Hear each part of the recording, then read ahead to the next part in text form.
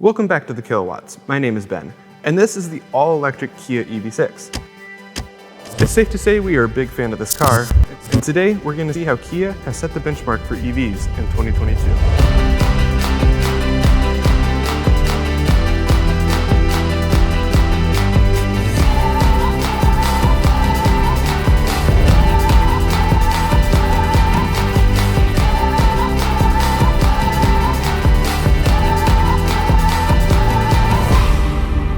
This is the 2022 Kia EV6 GT line all-wheel drive, and while some may call it an SUV, I still think it's a bit confused.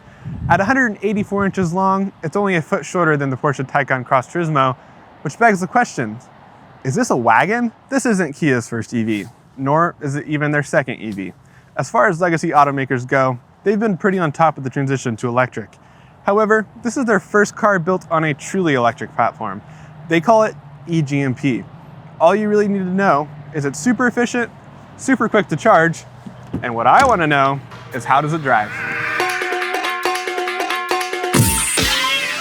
Well, it's quite good. This car in the all-wheel drive version will rocket from 0 to 60 in 4.6 seconds, which is a full 0.2 of a second quicker than the dual motor Model Y. And because it's electric, it's mostly silent while doing so. And I say mostly because it has this absolutely terrible alien-sounding artificial noise on the inside that I just can't stand. Much like the IONIQ 5, this car has 3 drive modes: Eco, Normal, and Sport. And while each mode is good for its intended purpose, the only thing they affect is your throttle mapping. No suspension changes, no steering ratio changes, nothing to really make you feel like you're in a different car or a different mode. So for more spirited driving like this car doesn't do all that well. The suspension is soft and the steering is a bit light and doesn't feel super accurate. But honestly, that's probably okay. This is a family car, it's meant for your everyday driving, and as compared to the Model Y, which is maybe a bit more stiff and a bit more sporty, this is way more comfortable for daily driving, while the Model Y excels on a back road like this.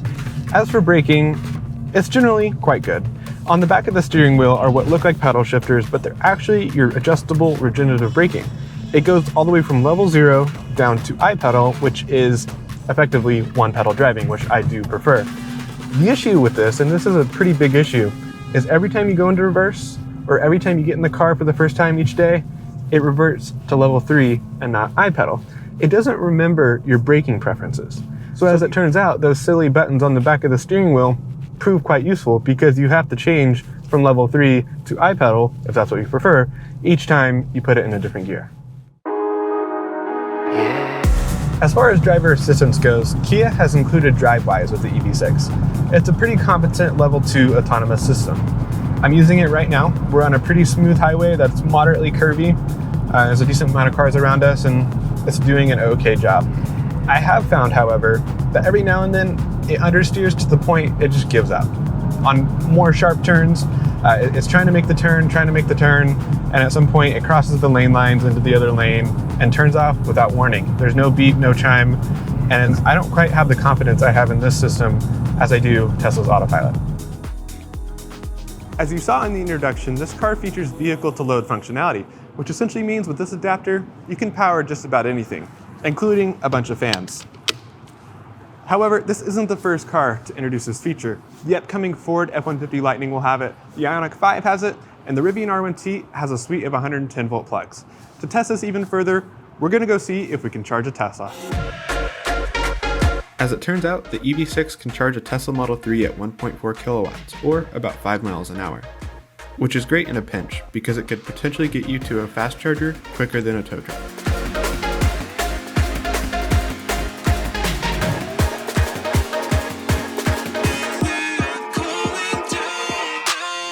Let's talk about the exterior styling of the EV6. If I were to use one word to describe it, it would be unique. I don't know that I've seen anything else like this on the road, and if that's for better or worse, you can be the judge of that. I do want to address what I said earlier in this video, and that is it an SUV or is it a station wagon? The reason I might consider this a station wagon is twofold. One, the flatter roof, and 2, the ride height. It sits just a bit lower than the rest of the SUVs in this class that includes the Model Y, the ID4, and the Mustang Mach-E.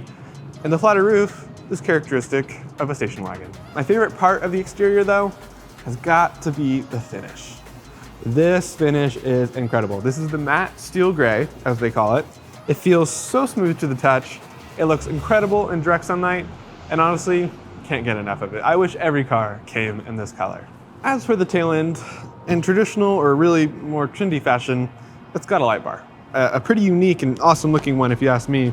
It's got these gloss plastic bits down here that I don't particularly care for, much like the front end. Some badges, a rear view camera that's of good quality, and I think it's pretty iconic, pretty noticeable, and hard to complain. As for the front end of the Kia EV6, it looks quite nice. The headlights, those are pretty sweet. These black gloss plastic bits, not a huge fan of those. It's got a front camera, at least here on the GT line, and under the hood, it does indeed have a front trunk. You're not gonna fit much in here, not even really a backpack, but for what storage it lacks up here, it well compensates for on the inside. Cargo space here on the EV6 is quite plentiful, with up to 50 cubic feet of storage, which is not quite car camping levels of storage, but enough for your day-to-day. There's a few features that I really like here in the back. One is this cargo cover. We live in San Francisco, where you need to hide your valuables, because if you don't, they're not gonna be your valuables anymore. And the other is the flat load floor, and below it, just enough room for a tire repair kit and your mobile connector. Here on the inside of the EV6, there's quite a bit to talk about. First, we'll start with the center console.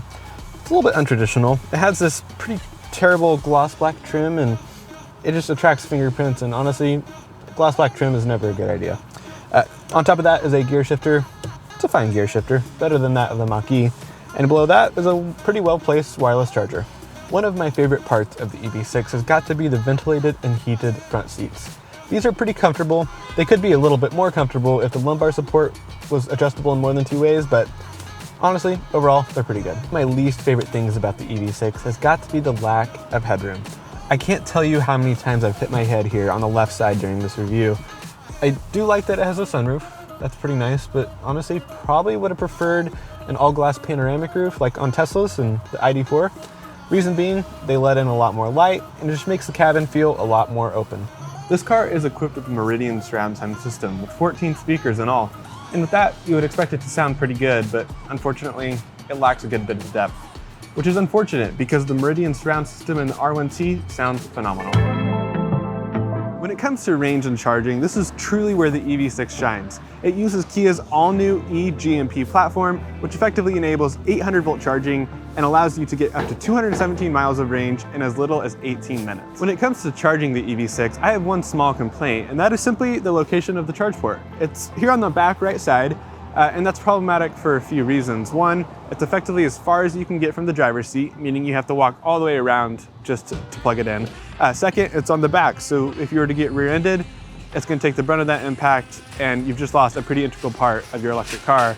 And third, is simply the large charge port door. It's automatic, which is great, but it's pretty big, so it could be pretty easily damaged. All in all, Kia really pulled out all the stops with this EV. It charges quick, it's pretty comfortable, and depending on who you ask, it looks pretty sweet too. Starting at $41,000 and qualifying for the $7,500 tax credit, it's also a pretty good value. Would I buy one? Maybe not. I would, however, buy the little brother to this car in the IONIQ 5. Reason being, I prefer the looks and enjoy the extra headroom. If you like this video, please go ahead and comment, subscribe, and like, and we'll see you in the next one.